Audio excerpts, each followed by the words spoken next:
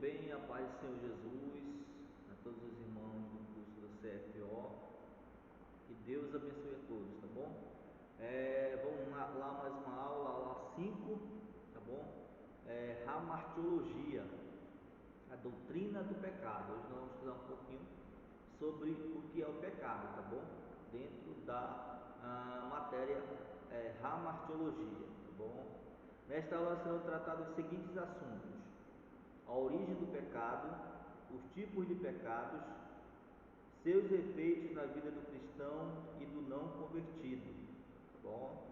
Ao finalizar esta aula, você será capaz de compreender a forma de obter vitória sobre o pecado, compreender e dar importância de não pecar, compreender e explicar a importância da reconciliação, compreender porque o cristão não é pecador, compreender a estratégia de Satanás para fazer o homem pecar, tá bom? Boa aula a todos. Então, irmão, nós vamos falar sobre a doutrina do pecado, tá bom? Nesta aula, e qualquer dúvida pode entrar em contato com a gente, tá? Hamartiologia. Hamartiologia é o estudo sobre o pecado e suas consequências na criação. O pecado é o principalmente a atitude de realizar algo contra a vontade de Deus. Aquele que peca se desvia da vontade de Deus. Assim, uma das palavras gregas que define pecado é hamartia, quer dizer perder o objetivo, tomar o rumo errado, erro. Tem referências bíblicas aí, tá bom, que você pode acompanhar. Então nós vemos aqui que a palavra hamartia, que vem do grego, né, que define pecado, e quer dizer pecado perder o objetivo, tomar o rumo errado, fazer as coisas que não agradam à vontade de Deus, tá bom? O pecado de Adão e Eva. Ao analisarmos a árvore proibida, nota-se que seu fruto era bonito e saboroso. Está em Gênesis capítulo 3, versículo 6. Esta árvore foi bonita, foi colocada no meio do jardim do Éden para prover um teste de obediência pelo qual o homem pudesse livremente escolher entre obedecer ou não a Deus e dessa maneira desenvolver seu caráter. Está em Gênesis capítulo 2, versículo 9. Deus deu ao homem o livre-arbítrio para agir livremente. Sem a vontade livre, o homem teria sido meramente uma máquina. Nesta história, existem 4 pontos chaves, a saber, a tentação, a culpa, o juízo e a redenção. Então nós vimos que o pecado ele começou aqui na terra através da desobediência que a mulher teve em comer o fruto proibido, né? Então Deus ele tinha falado para Adão que daquela fruta que estava no meio do jardim do Éden ele não poderia comer, tá? E Adão consequentemente tinha passado para a mulher, né? Mas Satanás, com a sua astúcia, começou a uma estratégia para que tudo aquilo que Deus tinha passado para Adão viesse a dar errado, né? E aí foi no animal mais frágil, que era a serpente, e iludiu a serpente. Consequentemente, no momento que a mulher estava só, que nós vamos ver na matéria adiante, fez com que a mulher comesse desse fruto proibido, tá? E aí nós vamos ver que existem 4 pontos chaves que levam até do pecado até o juízo, a redenção e as consequências do pecado em nossas vidas, tá bom? Então nós vamos primeiro ver a tentação. Todos nós somos tentados a pecar. Todos nós somos tentados a pecar. A tentação pertence à natureza humana, está ligada ao que causa desejo e desperta vontade para o pecado. A tentação em si não é pecado, né? Tiago 1,14. O pecado começa quando a pessoa é envolvida por sua própria cobiça.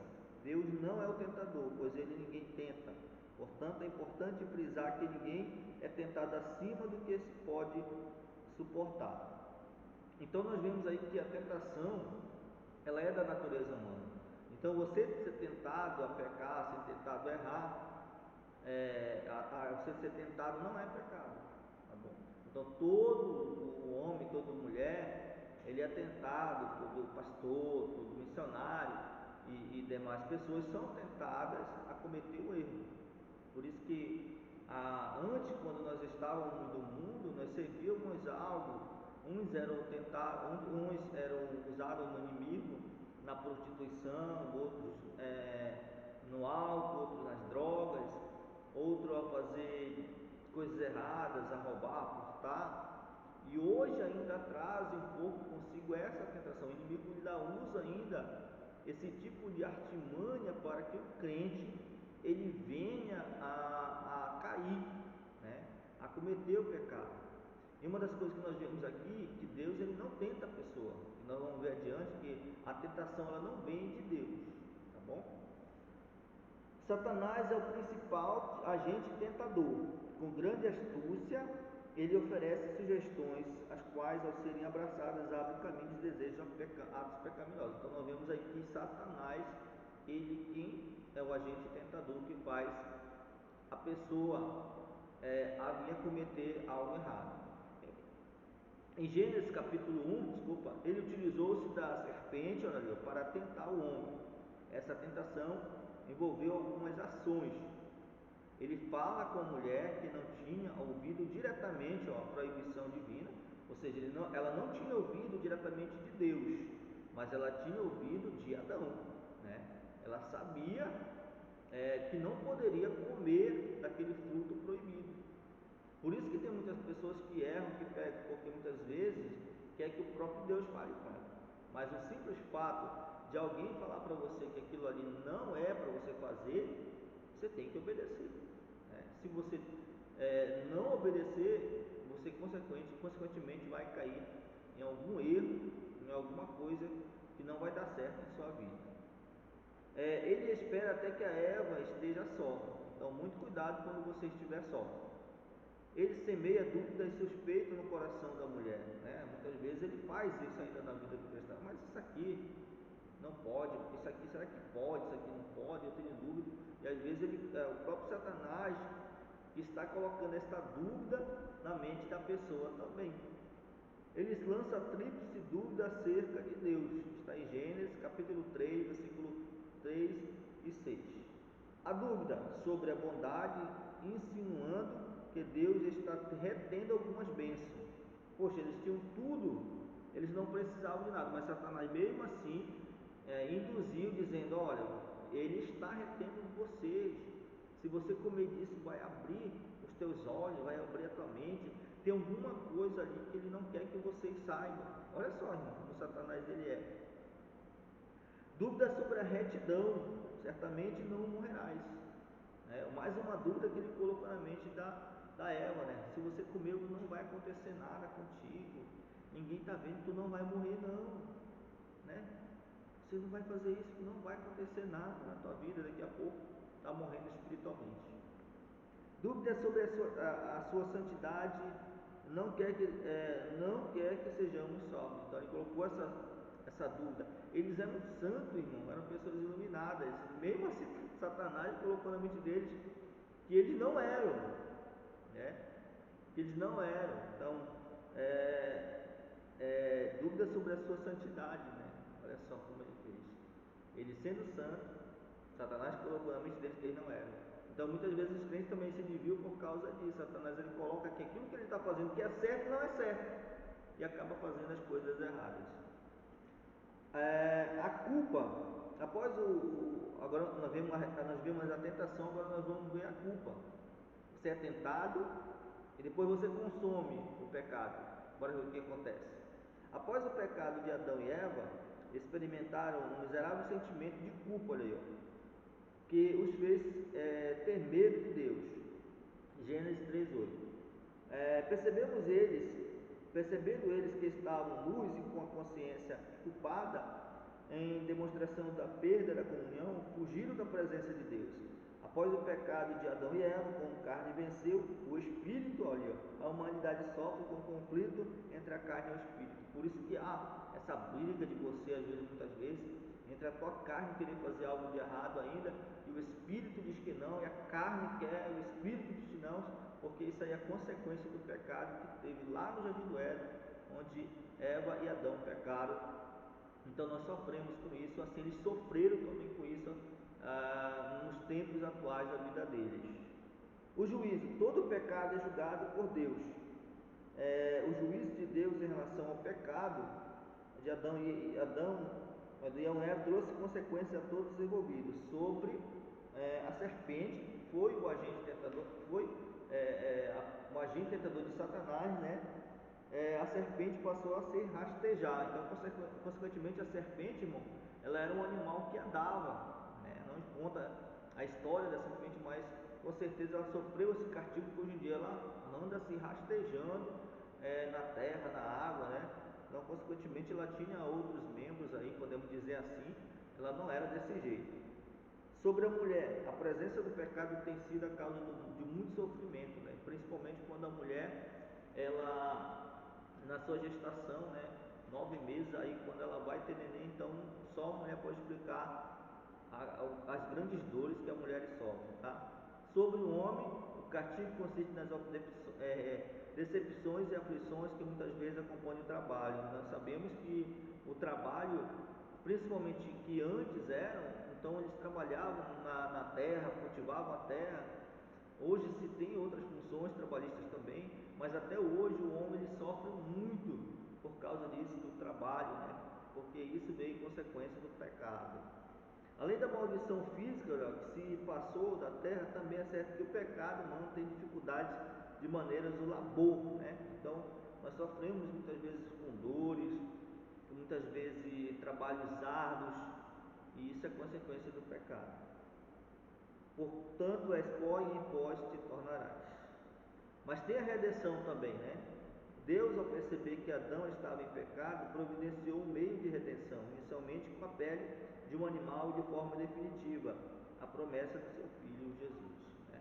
Então isso aí nós vemos que, apesar de tudo, Deus ele proveu para eles ali, não ia deixar eles desamparados, mas proveu ali as vestes para eles não sofrerem mais ainda. Então, olha só como Deus ele é maravilhoso, né? Até depois que o homem comete erros, comete pecado, mas mesmo assim Deus ele não te deixa só, não te deixa desamparado. Tipos de pecados: pecado congênito é o pecado herdado de Adão, pois no Éden representava toda a humanidade. Então tudo isso aí que a mulher sempre vai ter essas dores, os homens sempre vai ter que trabalhar para comer, a serpente sempre vai se rastejar. Isso aí é congênito, vai acontecer naturalmente. Pecado involuntário é o pecado cometido sem a intenção, normalmente por pensamento, gestos e palavras, né? Então sempre vamos estar pecando, pensamento, gesto, palavra. Às vezes pecamos através da palavra, falamos alguma coisa errada, algum palavrão que sai, muitas vezes até falamos, né? Digamos assim, de modo em geral, falamos coisas erradas do irmão às vezes. Então sempre vamos ter esses pecados aí.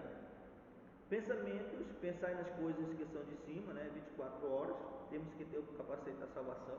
Então, para nós não pecarmos no nosso pensamento, temos que pensar nas coisas do alto. Egoísmo, devemos dar a nossa vida pelos nossos irmãos. Para conseguir isso, temos que deixar Cristo viver em nós. Temos que ter o amor em nossas vidas para ajudar o nosso próximo também.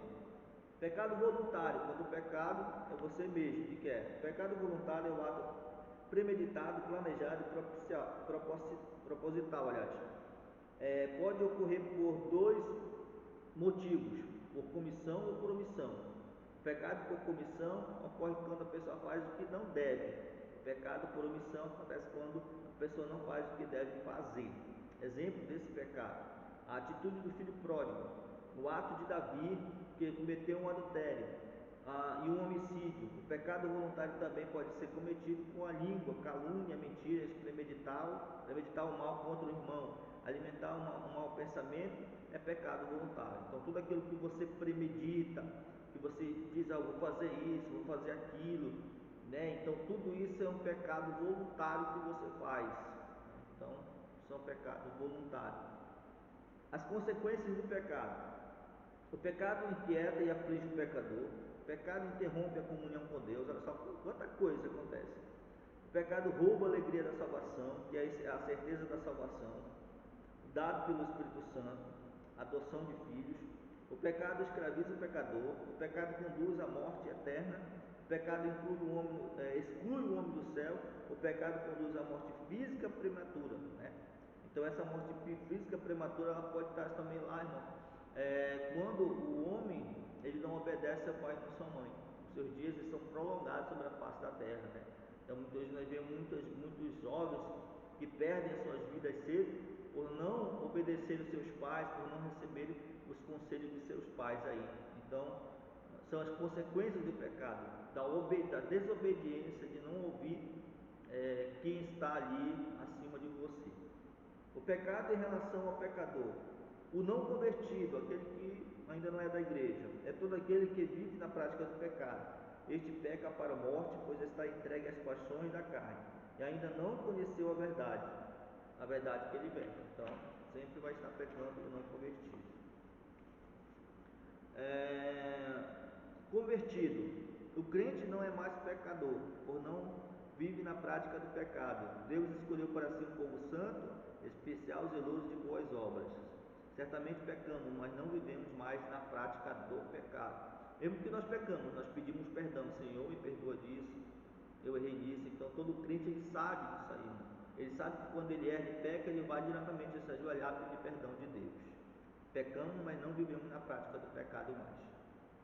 Vencer a tentação e o pecado. Vencer a tentação é vencer o pecado.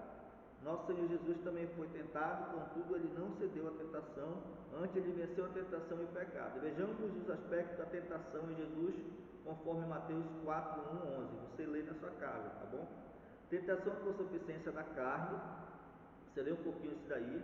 Tentação da soberba da vida, Satanás conversando com Jesus lá no deserto, tá? Tentação da concupiscência dos olhos, tudo isso aí, tudo aquilo que nos atrai com maior violência, porque está mais perto do processo mental e visão. Três coisas aí que atraem mais os seres humanos: o poder, o dinheiro e o sexo, principalmente a concupiscência dos olhos, os desejos dos olhos. Ele tem muito poder, ele quer muito poder, dinheiro e sexo. Atitudes que vencem a tentação e pecado. Seja cheio do Espírito Santo para você vencer os pecados da vida. Seja cheio do Espírito Santo. Tenha sempre o Espírito Santo na sua vida. Seja guiado pelo Espírito Santo. Jejue, santifique. A santificação quebra a vontade da carne. Resiste o diabo e repreenda o diabo. Como agir com pessoas em pecado? Deus até o último instante promoveu a reconciliação com o homem, por mais pecador que ele seja. Então sempre perdoe, sempre aconselhe a pessoa que apesar de ela ter pecado, mas Jesus ama ela. Tá bom, irmãos? Então esse aqui é um pouco sobre a aula de hamartiologia, sobre o pecado. Qualquer dúvida, leia mais a apostila, tire suas dúvidas conosco aí também. E até a próxima aula, a qual iremos falar sobre a soteriologia, que é a doutrina da salvação. Hoje nós falamos sobre hamartiologia, a doutrina do pecado. Quantas consequências o pecado ele traz para a nossa vida. E sabemos que Satanás ele está sempre aí querendo nos derrubar, porque nós somos pessoas que já servimos eles antes no mundo ali fora, então ele tem raiva disso. Mas continuamos firmes na presença de Deus, continuamos firmes na presença do Papai do Céu, que com certeza Ele nos ajuda, pois Jesus Cristo é o nosso advogado, o Espírito Santo é nosso consolador aqui, nosso amigo, e Deus, nosso Pai, nosso Criador, está sempre do nosso lado. O inimigo não é nada, tá bom? Ele é só alguém que perdeu todas as bênçãos que Deus fez para ele. Que Deus abençoe a todos, fiquem todos na paz, Senhor Jesus.